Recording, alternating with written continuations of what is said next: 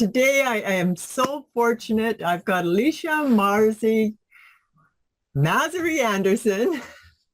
I'm used to just calling her Alicia, but she has just written a new book the co-authored it with Brenda Wallenberg, and it's all about epigenetics and with parenting children. I'll give you the full title: Epigenetic Roadmap to Parenting Children with ADHD, Manage Challenging Behaviors, Foster Harmonious Family Relationships, and Honor Neurodiversity.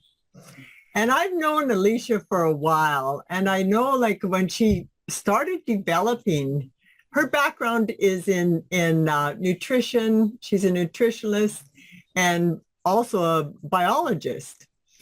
And when she started developing this program with epigenetics, and it was fascinating, the results that she was getting, and that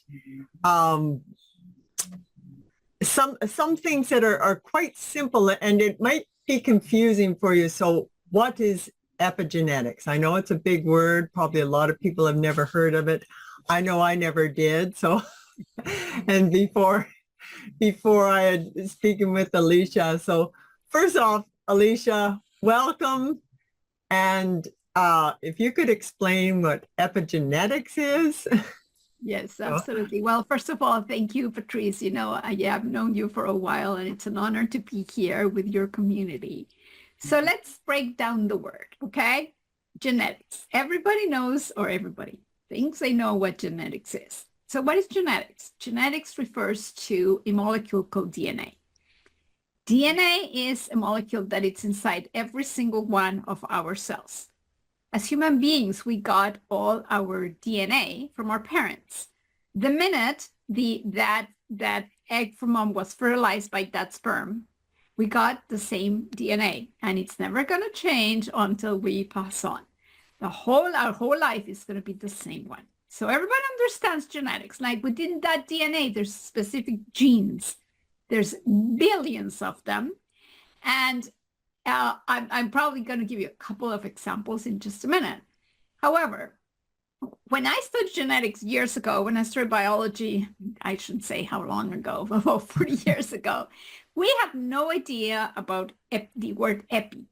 Epi means on top. Epigenetics means what can change our genetics. Everybody thought, okay, if I was born with this DNA, it's never going to change. But there's something we can change. We can change the environment. When we change the environment, what we do is that these genes express. How do they express? For example, you get the color of your eyes, and that comes from a pigment, right? So it's expressing, the expression is what you can see. You can see that you have a certain color, eye color, and that is how it's expressed. However, for some genes, it's possible to change the environment and change the expression of those genes. And so this is where epigenetics comes into place, because when we change the environment, then we change the expression of the genes, and we make them, you know, we kind of like which genes and how do they work. It's very complex. However, when you work with the environment, and here is where, gardening and all of these and food. And I know that Patrice and I, we have something in common, and that's basically consuming real food. When we start feeding our bodies with real food, with the nutrients that our body needs, then we start changing some of those genes to express better. And so this is where the word epigenetics comes from. It's kind of like a new concept, although it's not new, but it's a concept in which where we change the environment, we can change the expression of genes. So just to give you an example. An example is, when we eat real food, our genes will express much better. But what happens is that over the years, our environment has changed, and it has changed a lot. We're exposed to way more toxins, to way more lack of nutrients. Our soils don't have the nutrients they should have. And this is when you need to listen to our gardening grandma, because we need to have a healthy soil to be able to get the nutrients that we need. So, and then you have we have a whole bunch of toxins coming from the water, the air, the soil, and our bodies are not capable of truly accommodating. I don't want to say to evolve. We don't change that quickly. And so it's hard to get used to these huge amounts of excess toxins or not enough nutrients in our body. And that's why our genes are expressed the way they are. And one of the manifestations that we're seeing worldwide is this pandemic we have worldwide of ADHD, not only on kids, also on adults. And so it is the expression of these genes what's important. And let me tell you a story. One of our mentors, Dr. James Greenblatt, who actually wrote a great book called Finally Focused, which talks about kids with ADHD. He mentioned on a webinar once, he said, you know what? One of the problems is that we don't get enough zinc in our diets. And he basically told us the story that there was an orange orchard and the oranges were not producing flowers, or they were not producing oranges. And so they said, we're going to sell it. So they put for sale signs with these nails, but the nails contain zinc. And all of a sudden, the trees started flowering and the trees started making fruit. So can you see how amazing it is that even one element or lacking an element is extremely important for the production of food, but it's also extremely important for us as humans to have zinc in our diet. Actually, his first step always with kids is like, they need zinc. Can we give them zinc? So anyway, just to give you an idea about the epigenetics, you change the environment, like you put a nail on a tree and that's the change of the environment. And it starts producing oranges. Same thing with everything that our gardening grandma has taught us. What do we have in our soil that can get into the plants? So when we eat them, they're full of these nutrients. Does that make sense now? Epigenetics, we're changing the expression in the plant when we give that plant enough nutrients to be able to give something back. Yeah, that makes so much more sense. And that what you're able to do, like you're actually able to map like people's genetics and seeing, more of what they need. And so this, like, I know your book came about, you had first developed that program where you were helping people looking at their genetics and, mapping it out and seeing, what may be lacking that's causing a certain condition to happen in them. As you say, the environment wasn't quite right. They're expressing some type of conditioning, and it might be multiple sclerosis or whatever. And they, you're able to recognize what is deficient or changes that might come about. And then when this came about for your parenting children with ADHD and using epigenetics and bringing this book about, is because this was a condition that you had. And so you were actually taking all your knowledge and what you had developed, using it on yourself, and then you're able to share this and did it in this book, Epigenetics for Parenting Children with ADHD. And I really, when you look at what's included in this book, it's not just a story about your recovery with everything, but you're mapping out, giving strategies, giving, like, there is a whole lot of good information in there that people can apply. So tell us more about what's included in the book, maybe why you're so passionate about helping those with ADHD. Yeah. Well, as you said, like actually when I wrote the book, I knew I had ADHD, but it's not, even if they try to diagnose it as ADHD, it would be hard to be diagnosed. But anyway, why do I have ADHD? Because I produce a neurotransmitter called dopamine. But the problem is we all produce dopamine. The problem is I don't break it down. I have so much dopamine. I am the type of person that's a cheerleader, like, oh, yes, let's do this. And we've been together in projects and it's always Alicia, yes, let's do this. Let's keep going. We're fine, whatever, right? That's because I have too much dopamine and I don't break it down, which is in a way, it's great. But it comes with a price because this enzyme or this gene that breaks down dopamine doesn't break down adrenaline.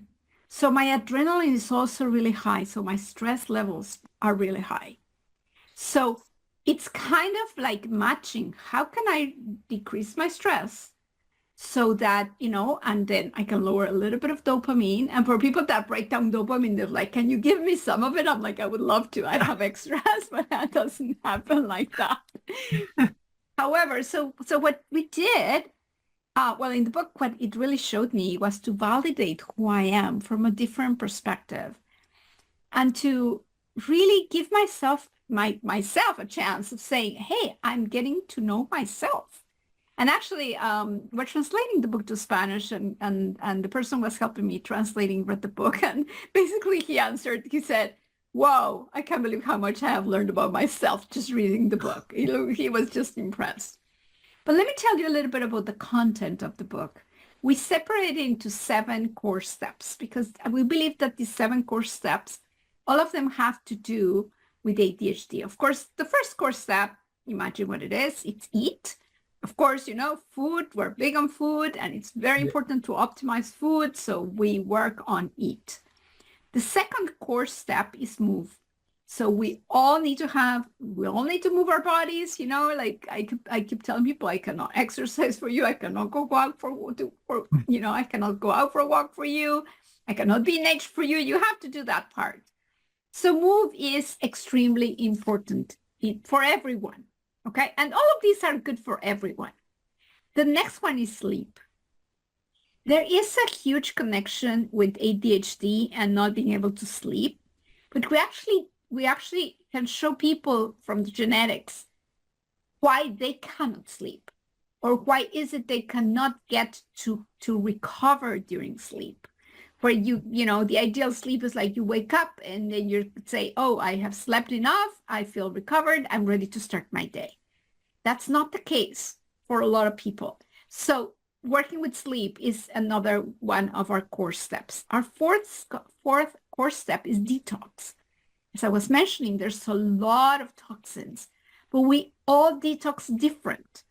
And so detoxing is extremely important because we need to get rid of all these toxins. And sadly, there's more toxins in the environment than they were when you and we were kids. And so having many toxins in the environment and not being able to, how do I get rid of them? Is like, wow, when people understand that it's important to detox, it's just mind-blowing. And that's great. That's a great step. The next step is calm. In that step, what we do is through genetics, we can demonstrate if you are like me, making a lot of dopamine and not breaking down, or the opposite, you break it down so fast. And you're like always looking for ways in which you want more dopamine. And in this world, an instant reward is grab your phone and get on social media, or for the kids, it's like, oh, give me that phone, or, the video games or whatever. All of that is instant gratification, which increases dopamine. Yeah. And it was so funny because I have a great niece and she is 2. And one day the mom had something urgent. And so she lent her daughter the cell phone while she finished what she was doing. The minute we removed the cell phone, she had a tantrum for 20 minutes. She was so mad. She was so upset. And I'm like, my gosh, she's only 2. But then you have to think, they were born in an era where everybody has a cell phone. And so it's so easy to grab that instant gratification. So I encourage people to, go out for walks, leave your phone, turn off your phone in the middle of the day and do something else, including parents. When we sit down to eat, I remember when cell phones started in the house, there was one rule. During dinner time, there's no cell phones on the table. Yeah. Why? Because it's the only time when you talk to people, right? Otherwise, you're looking for more dopamine. Well, let's get your dopamine from food, right? Okay. So anyway, calm it's a really big step. The next one is inflammation. Through all the toxicity that we have in the world, what we have noticed is that genetics hasn't changed, but inflammation has. And it's a chronic inflammation. And a lot of kids with ADHD or people with ADHD tend to have inflammation in the prefrontal cortex, so in this part of the brain, which is the one that motivates you, that, where you decide things and stuff like that. Being inflamed, which you don't see because it's chronic and you got used to it, right? It's extremely important. So what do I do about inflammation? And the last one is repair. Our DNA is amazing. From the biological perspective, actually, we're able to repair our DNA. But how can we repair our DNA? Well, we need to change the environment. We need to have eat the nutrients we need. Of course, we need to eat real food. We need to be able to sleep, to move, and detoxify, and all of it together. So altogether, those were the 7 core steps. But we added a very special last chapter. And that has to do with medications. And when you understand, Patrice, when you understand medications from a biological and genetic perspective, that is where I see kids. I mean, I'm not against medications if they're necessary, yes. But I keep hearing parents telling me, it's been 3 years, it's been 4 years, it's been 6 years, that it's a trial and error, because that's a trial and error.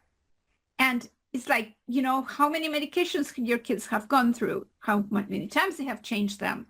How many times have they been working with the doses? Is it too much? Is it too little? Like, where are we at? And so there is a very, very special, and it's my favorite, actually. I wrote this chapter. Maybe that's my favorite. But it talks about medications from a genetic perspective. And that way I'm able to see, like, if they had given me a medication, I would be even worse than I am right now. I mean, if I have so much dopamine, I'm sure I'll have way more, and I wouldn't know what to do with it. And I would probably be bouncing up and down and hitting everybody around me and all of this. So it's important to understand that medications are sometimes necessary, but sometimes it's possible to change the environment and don't even need them. So anyway, that last chapter is about medications, and I'm super, super excited to be able to have written especially that piece, and to be able to demonstrate people that the power we have, because what we have control over the environment. We have control over what we choose to eat. We have control about, our lifestyle choices. How do you prepare to bed? Are you moving? Are you gardening? Are you actually being in the soil? Touching the soil is grounding. Are you grounding? Are you outdoors I know you're an outdoor person like me. It's like, can we go to the forest? Can we have some sunbathing? Can we connect with nature again? And so anyway, so that's why I'm so excited about this book, and truly the tools it can give parents. And I have to tell you one little secret. And that secret is the following. Are you guys ready for the secret? Okay, that book for parents, actually, we created, guess what? It's Companion, a book for children. Ooh. And you'll be able to get the children's activity book for free when you purchase a book. Oh. So the kids start doing their part in this process. And of course, we have our 3 characters that are helping us, and it's a fun activity book. Actually, somebody just said, my gosh, this is so amazing. It's just like you have... Go inside a little bit. Okay, I'll show you. I mean, I just printed this out, but anyway, it's Wow. packed. I don't know if you can see it, but it's packed with activities. Of course, our characters are there. It's packed with, little things you can do and implement every Oh, day. wow. It's just so packed. It's packed with games. It's packed with so many things that you can actually start doing. Now, we don't want people to feel overwhelmed about it. So we really tell them, start one step at a time. Even if you do a little bit, it's not about being perfect. It's about advancing and being persistent and keep implementing every day. Yeah. So what you get on the book, on this book, I mean, there is so much in it. We have put all we have put our hearts into it, Well, but it's doing it as a family. It's not just for parents. The kids need to have their role in it as well. yeah. I So, love that. yes. With the workbook there too, the kids can be right involved. And I know, like you're saying too, it's like for the siblings and for, as I say, it's the whole family Yes, with it's the whole it. family, because it's not easy to change habits when Yeah. you don't have them. You start with cleaning your pantry if you're eating a lot of food that shouldn't be there. You know, sure enough, you start with, I think one day we're going to go back to everybody's going to be, you have to grow their own food, basically, right? Yeah. And to learning how to, and to see the power of nature and the choices we make at every single level. So yes, that is the big secret, is this one. And the book is free for 3 days. So you might want to take advantage of Yes. it. Yes. The Kindle version of the book is free for 3 days. So just take advantage of it. And, give you another secret. Even if you just download this book, it's worth it. It's totally worth it. Yeah. I've got it. So when they buy it on Amazon, it's free on Amazon for the 9th, 10th, and 11th of January here, but it'll be available there for whenever. And so then when you download, where do you download the book from? Within the book, you're going to see the link to download. Oh, okay. Okay. It. Yeah. All right. Excellent. Yeah. Cause I've got my copy, and I think too, I think there's so much in there that it can apply for a lot of people, even if you don't have ADHD. Absolutely. It can apply to a lot of people. It can apply to adults too. Like even adults are actually, taking advantage of it and saying, whoa, this is truly, truly amazing. And so anyway, this is what we're doing right now. And why am I so pumped about epigenetics is because I'm finally, after being teaching higher education for over 30 years, I can apply everything I've been teaching into something solid and easy to digest and easy to implement. And so I'm just really excited about it. And you're getting marvelous results. That's what I really love, that people are using this and getting like marvelous results. And so yes, they are. You are making a difference. And I'm so happy that you put it into book form here so that it can reach more and more people. Because I mean, you said it was like a pandemic. I know it's quite prominent of ADHD now, and it's so much better if you can treat it more naturally there than with the medication. As you say, often the medication, it can have counter effects. So yeah, actually, we start the book just basically explain that we don't see the D's as a deficit or a disorder. We see the D as a difference, that we're all different. But when you are able to understand your difference at the genetic level, it makes a big difference to be able to live like truly a healthy lifestyle and, be able to help. I mean, the idea is to help a lot of people with it. And so we're super happy to be able to bring this to the world.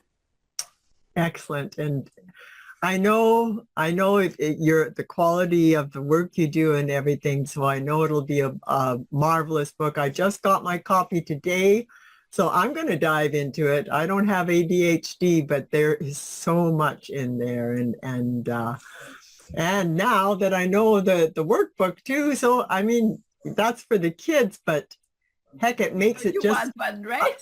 yeah, I want it because it just makes it so much easier even when you're an adult to apply these things.